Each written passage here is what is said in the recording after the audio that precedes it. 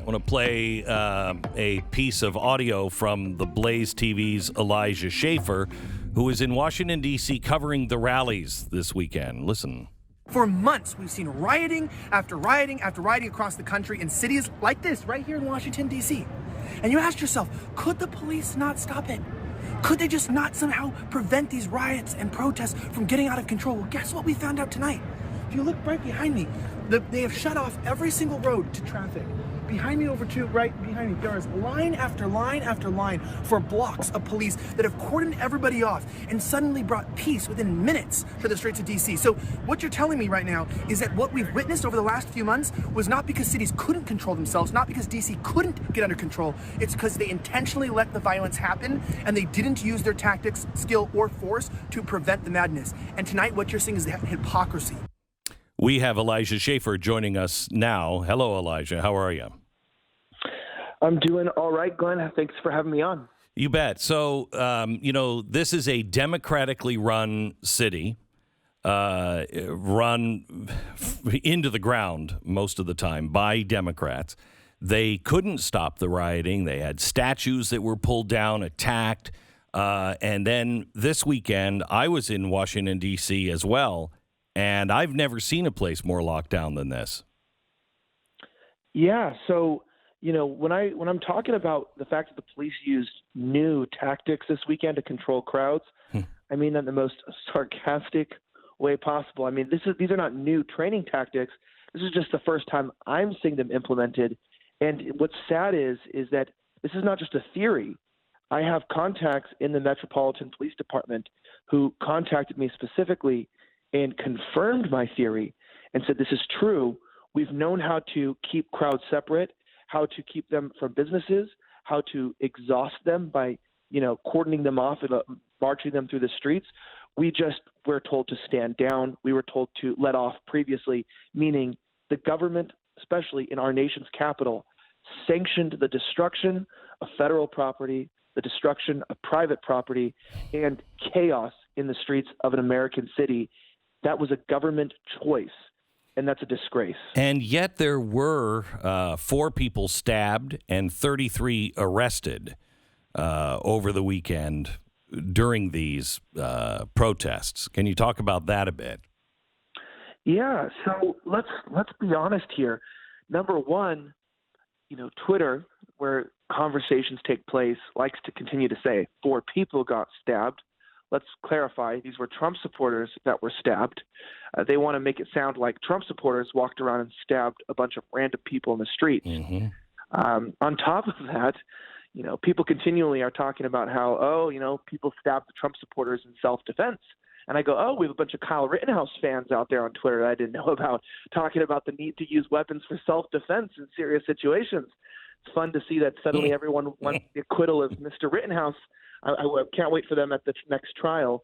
But on top of that, what was happening, as always, is that anti-Trump protesters, agitators were going around at the streets at night and were trying to disrupt and cause problems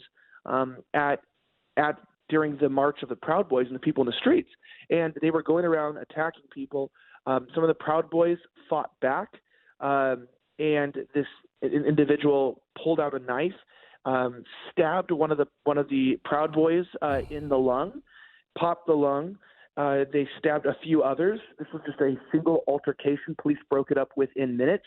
But that just shows you how volatile these situations can be, that even though police can gain control, it doesn't stop people from, being critically wounded. I do believe they are expected to survive, but I do know that they were in critical condition the last time that I checked, but they are being stabilized. So are you saying that the Proud Boys were not causing any problems themselves? They were attacked? Yeah, so this is what I want to bring up, and I want to clarify this to the American people. I'm not a Proud Boys apologist. By no means am I there to defend a certain group. I'm just there to document. But when it came to the police, right, the police were holding back both the Proud Boys and Antifa and BLM. Antifa and BLM were throwing bricks, water bottles, rocks at the police who were holding them back. The Proud Boys were just taking a knee and standing there. I watched officers get injured, one limp away. I saw an officer get hit to the ground by these objects. I mean, this shows you the difference in the sides. Not to mention, I do know the Proud Boys did want to fight, some of these Antifa and BLM members, but I can tell you that the primary agitators that night, Antifa was sending reconnaissance people on bikes with two-way radios, into the Proud Boys crowd. I mean, they were looking for a fight, and these were not just random, as they like to say online, frustrated black young men and women who just wanted civil rights were being targeted by white supremacists. These are white, young 20-somethings. Yes, these are radical anarchists, communists, people who have believe in extreme agendas that are looking to cause altercations because they know that not only will the police do nothing, but they know that the media is on their side. And guess what? They were right. Not only could they stab Trump supporters, but they could get away with it, and they could let the blame on the Trump supporters because the media has their side. Elijah, there was one video that made the rounds a lot, at least from the mainstream side, of seemingly a couple walking away, trying to get away from what was described as a group of Proud Boys members, and they were being sort of sucker punched. I mean, the video was pretty bad. Do you have any idea what that incident was about? Yeah, I think. Are you talking about the older couple? It's like a young, well, not young, but they were supposed to be like a Christian couple. If it's the video I'm thinking about, that was captured by Drew Hernandez. Is that what you're referring to? I'm not sure. This was one that was more touted by, it seemed like, the left and the mainstream media, saying that the Proud Boys were beating up a couple as they were trying to exit the area. Yeah. See, maybe I haven't seen that video, and I would be happy to see it. I can tell you this, I did see a few couples beat up by Antifa and BLM. I did see a lot of chaos and confusion. I would say that there's jerks probably on every side of the political battle, So if somebody did fight, I would condemn that. If the Proud Boys were attacking an old couple, I haven't seen that. But, those people should be held accountable. And if they committed a crime, they should be, charged or prosecuted for violence. But what I think is so interesting about the hypocrisy here, the left gets onto one video and they go, well, here's the video of this happening. And you go, well, want to see the dozen or more videos of the other side doing greater or worse things? Well, you're not going to get that. Listen to this Washington Post article. Multiple people stabbed after thousands gather for pro-Trump demonstrations in Washington. Thousands of massless rally-goers who refuse to accept the results of the election turned downtown Washington into a falsehood-filled spectacle Saturday, 2 days before the Electoral College will make the president's loss official. In smaller numbers than the gathering last month, they roamed from the Capitol to the mall and back again, seeking inspiration from speakers who railed against the Supreme Court, Fox News, President-elect Joe Biden. The crowds cheered for recently pardoned former National Security Advisor Michael Flynn, marched with conspiracy theorist Alex Jones, and stood in awe of a flyover from what appeared to be Marine One.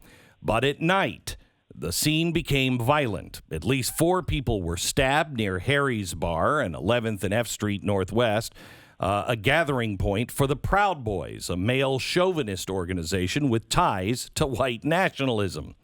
The victims were hospitalized and suffered possibly life-threatening injuries, D.C. fire spokesman Doug Buchanan said. It was not immediately clear which groups the attackers or the injures might have been affiliated. The violence escalated after an evening of face-offs with counter-protesters that took place near Harry's, Black Lives Matter Plaza, Franklin Square, and other spots downtown. This is, is there any doubt who the bad guy is in this story? Glenn, your listeners cannot see me. My hand is just covering my face when I hear that because, number one, I want to say, what a wonderful piece. I mean, now I know why Cuomo got an Emmy. Whoever wrote that should get like a Tony for writing the best play I've ever seen, because that whatever they wrote is a fictional story that did not happen. That is not what went down. I mean, what an incredible manipulation of facts to try to control a narrative that's untrue. I want to make 3 corrections. Number one, this was not a fanfare of fairy tales. These were individuals and speakers talking about facts, about truth, about things that they saw and witnessed, about court cases and testimony. And there was nothing outlandish that I heard said during the speeches. These were very normal people like Sebastian Gorka that were speaking at this event, not insane people. Alex Jones wasn't speaking there. Alex Jones wasn't marching with the event. He was leading something else, which is fine. And Alex, I think Alex is a cool guy. He's a very interesting individual, but, he's got his own thing. But, they try to tie him in, to try to discredit, as if that does something. I don't know. But on top of that, and there's the pictures. I can show you GIFs. I can show you AP images. I can show you from Daily Mail, videos from friends, verified accounts, even obscure individuals. It's very gruesome and it's very sad of watching the knife enter from black-clad, black bloc individuals with face coverings, stabbing people in Proud Boy, the typical Perry yellow polo that they wear.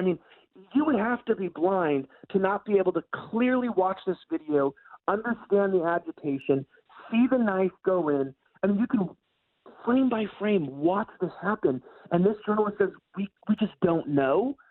This person is either drunk, stupid, or purposely misleading their audience. And I'd probably either go for all three or at least just the last one.